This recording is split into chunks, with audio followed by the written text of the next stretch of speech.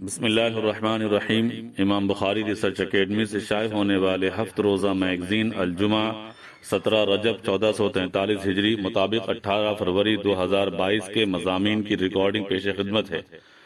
الحمدللہ رب العالمین وبہ نستعین، اما بعد۔ ذکر انبیاء، تیسری قسط، حضرت عیسیٰ علیہ السلام، محمد فرید حبیب ندوی۔ حضرت مریم علیہ السلام دن بھر اپنے حجرے میں عبادت میں مشغول رہتی۔ ایک مرتبہ کسی ضرورت سے مسجد اقصی کی مشرقی جانب لوگوں کی نگاہوں سے دور ایک گوشے میں اکیلی بیٹھی تھی کہ انہیں ایک انسان اپنی طرف آتا ہوا دکھائی دیا۔ وہ اسے دیکھ کر گھبرا گئی اور اسے کہنے لگی کہ اگر تیرے دل میں خدا کا کچھ بھی خوف ہے تو تجھے میں خدا کا واسطہ دے کر کہتی ہوں کہ میرے قریب مت آنا۔ مگر وہ انسان نہ تھا، وہ خدا کا بھیجا ہوا فرشتہ یعنی حضرت جبرائیل علیہ السلام تھے جو انسانی شکل میں آئے تھے۔ اس فرشتے نے کہا کہ گھبراؤ نہیں، مجھے تمہاری جانب خدا پاک نے اس لیے بھیجا ہے تاکہ میں تمہیں ایک بیٹے کی خوشخبری دوں۔ حضرت مریم علیہ السلام نے تعجب سے کہا، میرا بیٹا کیسے ہو سکتا ہے جبکہ مجھے آج تک کسی شخص نے ہاتھ بھی نہیں لگایا، کیونکہ نہ تو میرا نکاح ہوا ہے اور نہ ہی میں نے بدکاری کی ہے۔ فرشتے نے جواب دیا، یہ تیرے پروردگار کا حکم ہے، اس نے فرمایا ہے کہ وہ جو چاہتا ہے جس طرح چاہتا ہے پیدا کرتا ہے، بے شک وہ تیرے یہاں بیٹا اسی طرح پیدا کرے گا تاکہ اسے دنیا کے انسانوں کے لیے ایک نشان بنائے، اور وہ اسے کتاب و حکمت اور تورات و انجیل کا علم عطا کرے گا اور بنی اسرائیل کی جانب اپنا رسول بنائے گا۔ سورہ آل عمران آیت نمبر 45 سے 49 اور سورہ مریم آیت نمبر 16 سے 21۔ اس کے بعد حضرت جبرائیل علیہ السلام نے ان کے گرہبان میں پھونک دیا، اس طرح اللہ کا کلمہ ان تک پہنچ گیا۔ کچھ عرصے کے بعد حضرت مریم کو محسوس ہوا کہ وہ پیٹ سے ہیں۔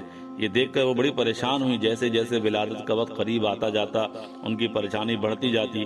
وہ اس بات سے ڈر رہی تھی کہ چونکہ وہ غیر شادی شدہ ہیں اور لوگوں کو حقیقت کا علم ہے نہیں، تو جب ان کے لڑکا پیدا ہوگا تو لوگ ان پر طرح طرح کے الزام لگائیں گے۔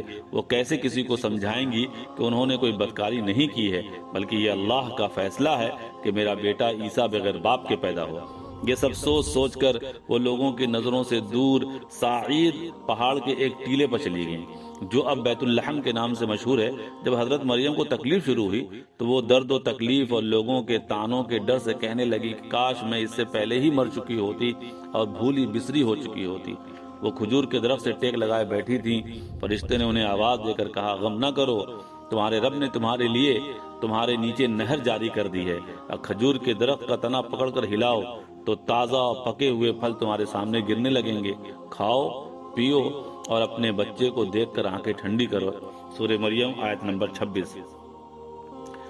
اس طرح اسی ٹیلے پر حضرت عیسیٰ علیہ السلام پیدا ہوئے۔ انشاءاللہ یہ سلسلہ بھی جاری رہے گا۔ فکر و نظر، تکلیفوں سے گناہ معاف ہوتے ہیں۔ محمد خالد ضیاء صدیقی ندوی۔ اس دنیا میں بسنے والے انسانوں پر اللہ تعالیٰ کی جانب سے مختلف حالات آتے رہتے ہیں۔ بعض حالات خوشی کے ہوتے ہیں، بعض غم و تکلیف کے۔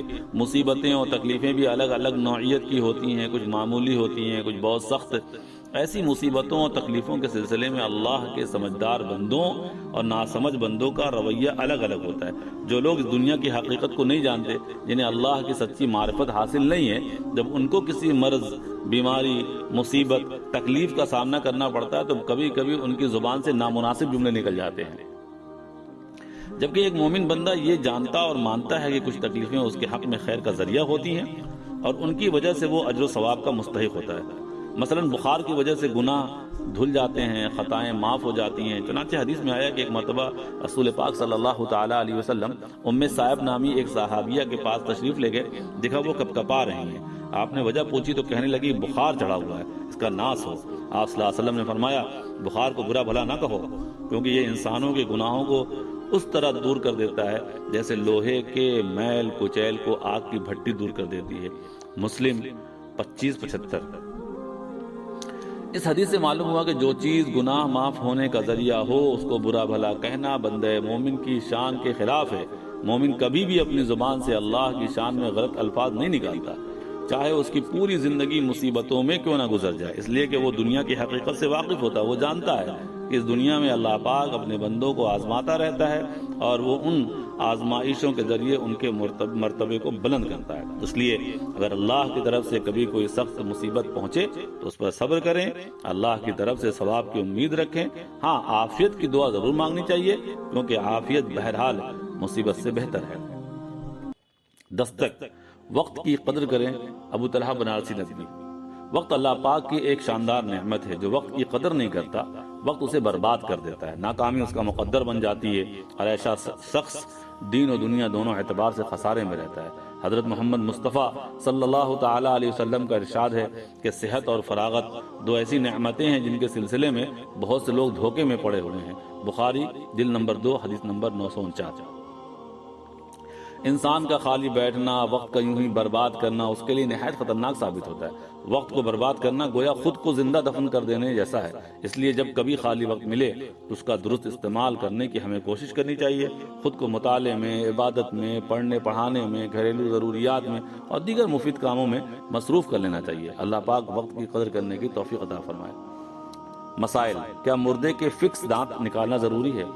فکس دانت لگوانے میں کوئی حرج نہیں ہے، بلکہ بلا کراہت جائز ہے۔ موت کے بعد ایسے دانتوں کو نکالنے کا بھی کوئی حکم نہیں ہے۔ ان دانتوں کے لگے ہونے کی حالت میں زندہ اور مردہ دونوں کا غسل بالکل صحیح ہو جاتا ہے۔ فتاوی دارالعلوم دیوبند من جانب امام بخاری ریسرچ اکیڈمی۔ السلام علیکم ورحمۃ اللہ۔